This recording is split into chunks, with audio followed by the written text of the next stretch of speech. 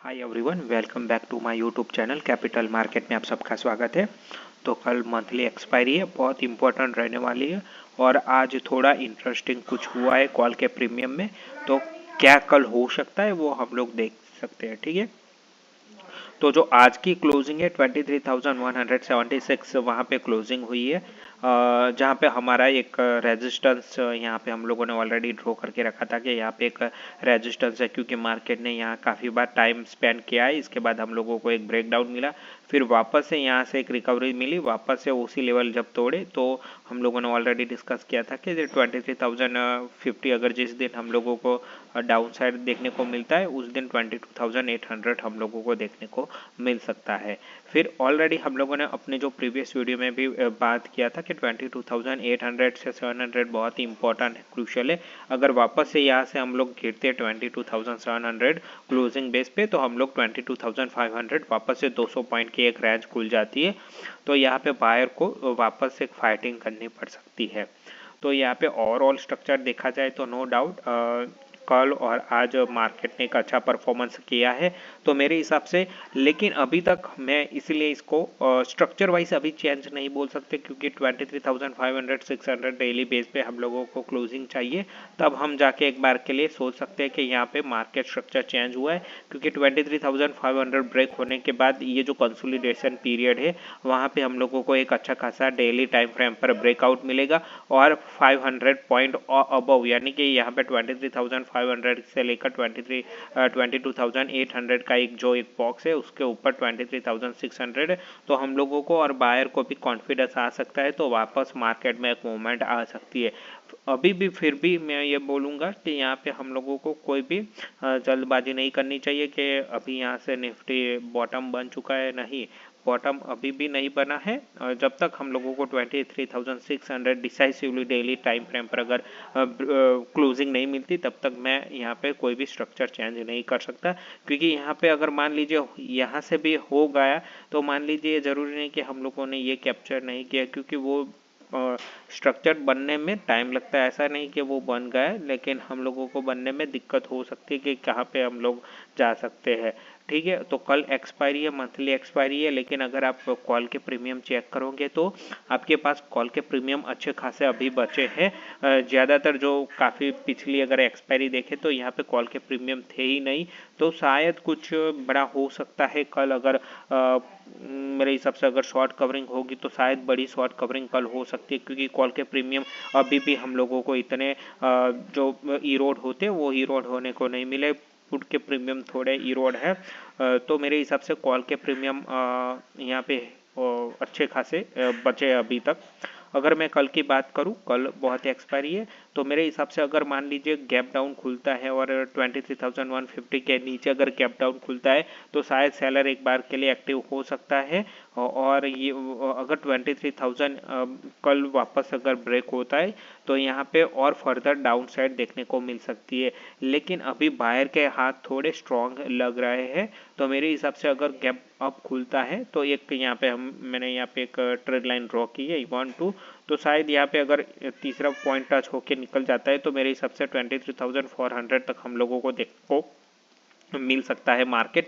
तो बहुत ही इंपॉर्टेंट रहने वाला है 23,400 क्या ब्रेक होता है या नहीं होता है, लेकिन बहुत इंपॉर्टेंट है मेरे हिसाब से। अगर कल गैप अप होता है, मान लीजिए 23,230 या 240 के अबव होता है, तो मेरे हिसाब से हर एक डिप में आप लोगों को आपका स्टॉप लॉस होना चाहिए 23,150, और डिप में आप लोग ऐड कर सकते हैं, तेजी के लिए जा सकते हैं, लेकिन रिस्क रिवॉर्ड अपने हिसाब से रखना चाहिए, ताकि अगर मान लीजिए 23,150 ब्रेक होता है तो आप लोगों को वापस से रिवर्स पोजीशन बनाने में आसानी रह सकती है। तो मेरे हिसाब से कल थोड़ा हम लोगों के लिए, क्योंकि मार्केट को हम लोगों को ऐसा मूवमेंट नहीं दिखा रहा है कि यहाँ से हम लोग कुछ कर सके, ठीक है। अगर ऐसा मार्केट होता कि मान लीजिए कि यहाँ पे कुछ ऐसा खुल गया, मान लीजिए यहाँ पे था, और ऐसा अगर मान लीजिए ऐसा जो एक्सपायरी अगर ऐसी मिल जाती है तो ट्रेड करने में बहुत ही आसानी रहती है। लेकिन ये ऐसा ट्रेड नहीं होना चाहिए, यानी ऐसे खुले तो हम लोग आराम से ट्रेड ट्रेड कर सकते हैं। यहाँ पे क्या दिक्कत है कि यहाँ पे जहाँ पे क्लोज हुआ है वहाँ पे हमारा रेजिस्टेंस भी है। अगर मान लीजिए 23,200 के अबव भी खुल गए तो हम लोगों को थोड़ा क्योंकि यहाँ पे नो डाउट यहाँ से 200 पॉइंट के बीच में कुछ है नहीं, तो मार्केट बाय फोर्स 23,400 जा सकता है, शॉर्ट कवरिंग भी आ सकती है। अगर 23,200 अगर टिका रहा मार्केट तो जो शॉर्टर है कल उनकी पोजीशन पक्का उन लोगों को काटनी पड़ेगी, तो वो भी काटेंगे। तो जिस तरह से अगर वो पूरी तरह से काट लेते हैं तो मेरे हिसाब से 23,400 हम लोगों को देखने को मिल सकता है मार्केट में।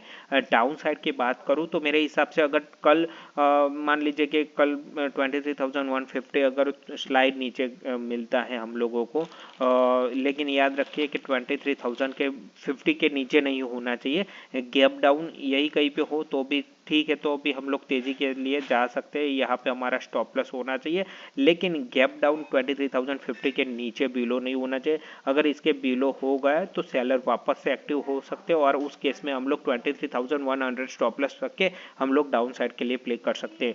तेजी के लिए भी मेरे हिसाब से अगर मान लीजिए 50-60 पॉइंट अगर डाउन खुल जाता है तो एक बढ़िया रिस्क रिवॉर्ड वाला ट्रेड मिल सकता है। अगर यहीं पे खुल जाता है तो हम यहाँ पे पुट शॉर्ट या तो कॉल बाई के लिए जा सकते हैं। हमारा फर्स्ट टारगेट होना चाहिए 23,200।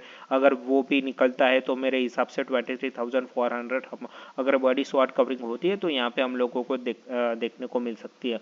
बड़ा गैप डाउन होते ही अगर मान लीजिए बड़ा गैप अप होता है 23,250 के अबव तो थोड़ा वेट कीजिए रिट्रेसमेंट का, या तो फिर अगर आप लोगों को रिट्रेसमेंट नहीं मिलता और मान लीजिए 12-1 बजे के पास 23,400 के पास मिल जाता है तो यहाँ पे भी आपके पास एक अच्छी अपॉर्चुनिटी हो सकती है। अगर किसी को डाउन साइड प्ले करना है तो यहाँ पे आपके लिए एक चांस बन सकता है, लेकिन हमेशा याद रखिए कि वो फ्लो होना चाहिए। ऐसा यहाँ पे अगर बड़ा गैप अप खुलने के बाद अगर टाइम स्पेंड करता है तो थोड़ा वेट कीजिए, कोई दिक्कत नहीं। डिप मिलती है तो यहाँ पे आप डिप का उपयोग यहाँ पे यूज़ कर सकते हैं। अदरवाइज मेरे हिसाब से थोड़ा कल ट्रिकी ट्रेड है। एक ही कंडीशन है हमारे लिए, अगर बैटर जो हम लोग बोलते हैं कि हम लोगों को क्वालिटी ट्रेड चाहिए तो क्वालिटी ट्रेड मेरे हिसाब से या तो अच्छा गैप डाउन होना चाहिए 23,050 के बिलो, तो वहीं हमें क्वालिटी ट्रेड मिल सकता है, सुपर क्वालिटी ट्रेड मिल सकता है।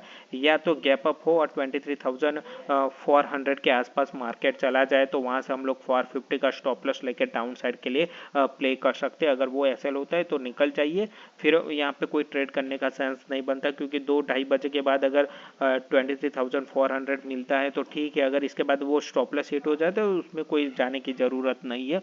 तो दो ही क्वालिटी ट्रेड मिल सकते हैं, या तो 2 बजे के आसपास हम लोगों को 23,400 मिल जाता है तो वेल एंड गुड, और दूसरा 23,050 के बिलो अगर मिलता है तो सुपर मेरे हिसाब से ट्रेड हमारा बन सकता है। नो डाउट प्रीमियम काफ़ी इरोड हो सकता है, लेकिन अभी भी थोड़ा प्रीमियम बचा है, अच्छा थोड़ा प्रीमियम है, तो वहाँ पे हम लोगों को लेकर चलना पड़ सकता है। ठीक है, तो मेरे हिसाब से कल अगर न्यूट्रल पोजीशन रखनी है तो थोड़ा ट्रिकी हो सकता है, तो न्यूट्रल पोजीशन अवॉइड ही करनी चाहिए। जैसे कि हम लोगों ने कल बात किया था कि यहाँ पे मार्केट 23,200 और 22,800 के बीच में ही अप और डाउन साइड यही रहने वाला है, तो आप उसके हिसाब से न्यूट्रल पोजीशन रखिए, क्योंकि मार्केट कुछ ज़्यादा ही यहाँ पे कुछ किया नहीं है मार्केट ने, जो हम लोग सोच रहे थे ऐसा कुछ मार्केट ने किया ही नहीं।